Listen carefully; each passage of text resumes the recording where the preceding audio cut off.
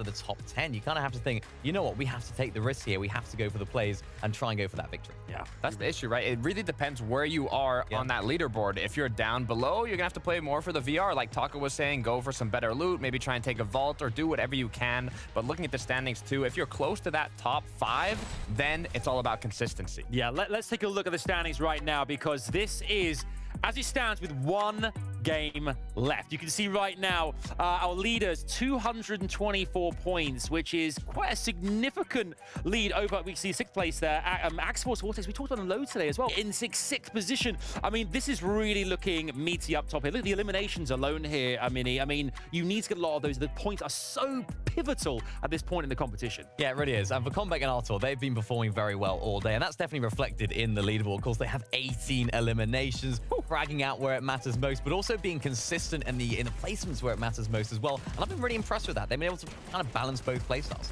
Yeah, I mean, with the amount of points they have now in that #1 spot, you know, they're feeling happy, they're feeling confident, but looking at a duo like Axe Force and Vortexers that we saw them 1 spot away from the top 5, you know that the pressure is on for that duo.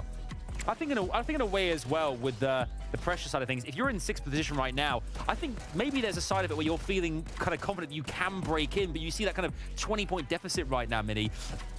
Some players, I guess, will be galvanized by it, others will kind of fall at the wayside, but yeah, it's going to be really exciting to see how this experience, I think, affects things massively here as well. Yeah, definitely. I mean, for Artor and Combeck, these guys are just enjoying themselves all the way up on the top of the leaderboard. They couldn't be more happy. I think it was a 3rd place finish for them right there, so Artor just picking up refreshes as well, and they didn't quite have what it took just there at the end. It was difficult for them. Yeah, I mean, Tus and Putrick as well, a team we talked about already, managing to maintain that 2nd spot right now on the leaderboard. And again, another team that has been, you know, consistent today as well in play style. You know, they've managed to kind of work together cohesively as a team, and that's really important in this Surge Week kind of I guess breakdown as well. Right, chemistry, synergy, it's key, and Putrick Tus have been showing exactly how to do it correctly, making use of rotations with the kinetic blade, making use of players, opponents rotating in to get tags, to get that damage, and even those refreshes to set them up for the late game. And you can see how close together they're playing and how effective it really is. Yeah, I mean, their positioning right now is absolutely perfect. We saw them there just a little bit down below on the Storm Surge, but they just positioned themselves just ahead of one of those teams that had to rotate.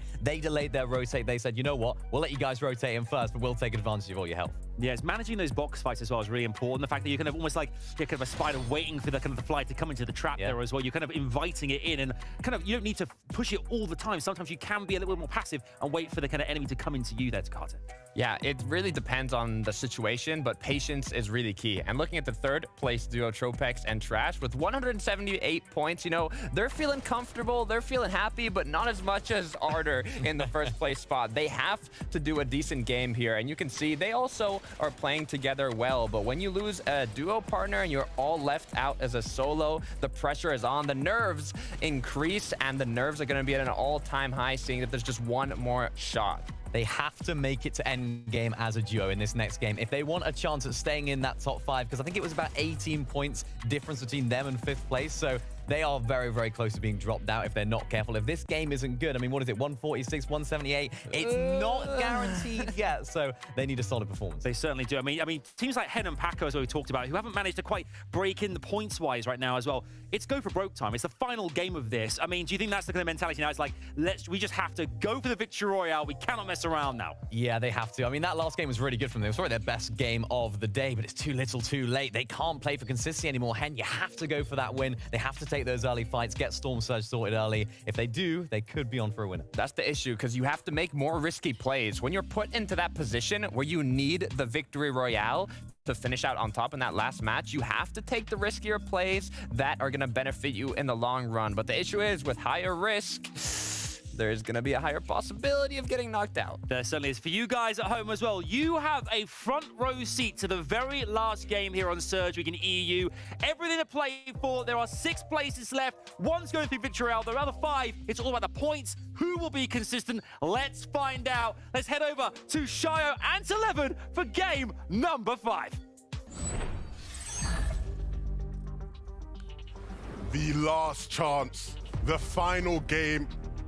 Some of these teams will be in the grand finals, some of them will not. 1 more spot available for the Victory Royale winner. what a game it's gonna be. We've seen it so many seasons, Shio. This is where things get crazy. Retakes on retakes, absolute desperation. You can taste it in the air in that final game of Surge Week. Look, some of these previous games, we've not seen madness on height like we have in previous years. This game, though, you've got to take it. If you aren't close to that top 5, you have no excuses then to just look up to the skies and see if you can take it, of course, unless you have enough heals to heal off. We can't get ahead of ourselves, right? That's, in about 25 minutes or so, right? We still got time. We have to get there. And for the journey to get there, you have to win off Spawn, Lazarek, Mikey, up against Hen and Paco. And again, a battle that Hen and Paco have been pretty successful at 50-50. Oh no! Hen picks up the shotgun, and all he has to do is connect to the shots. Misses a couple times, unlike Hen, but he will still get it. Mikey goes down. One for Hen. And another one, as Lazarek's gone too. I mean, Hen stops players in their tracks with the aim. That's what we love to see. 5 for 5 on the day. Mr. Savage and Vidil will be licking their lips at home. They now know they will not be contested off Spawn in the grand finals. The implications of that, huge. Fingers crossed though, maybe I haven't jinxed it. Maybe someone else will end up going now, but off Spawn again over here.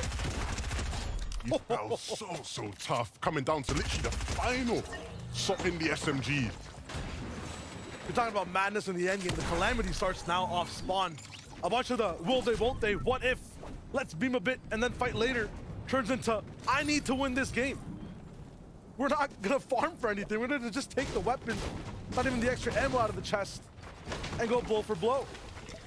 It's all or nothing, right? And I think for a lot of these teams, there's almost a sense of euphoria in that, hey, look, if we are way down there, right? If top 5 isn't one of our prospects, let's just play the game of our lives. What is there to fear? What is there to lose now?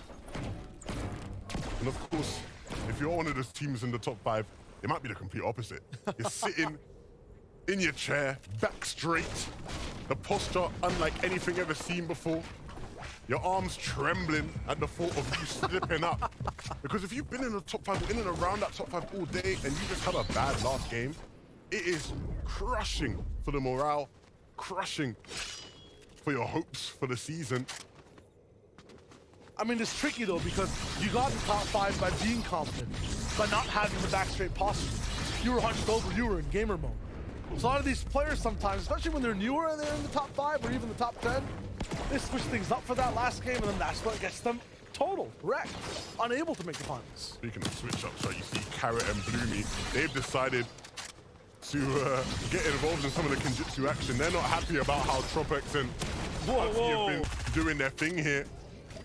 And if you let Carrot cook, I've been waiting to say that, you might find yourself in a world of hurt. Hutty and Tropex have been doing so well today, but if this fight doesn't go their way, it would all mean nothing. They say, all right. Back up, little buddy. We got top 5 to defend. You want to fight? That's cool. But this time, Kenjutsu's not going to really stay inside the circle for too long.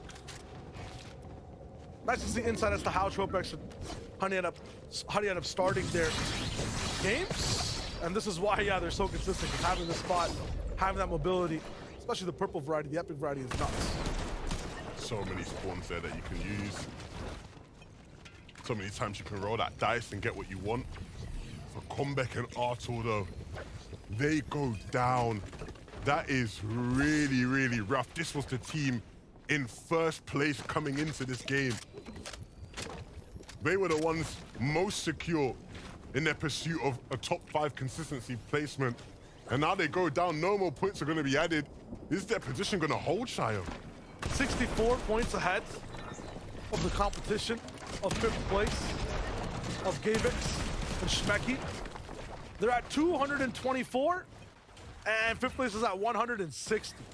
So as long as no one gets above 224 points more than 5 times, they should be fine. But this is a very tricky one. Very tricky indeed. Look, I'm with you in the sense of I think it will hold. Yeah. I think it will hold. But if you're them, they will be eagerly watching this game. Like, they've never been so locked into an FNCS broadcast the way they're going to be watching this game. hoping that it can hold. I mean, best case scenario, some of the other top fours also qualify, right? So that gives them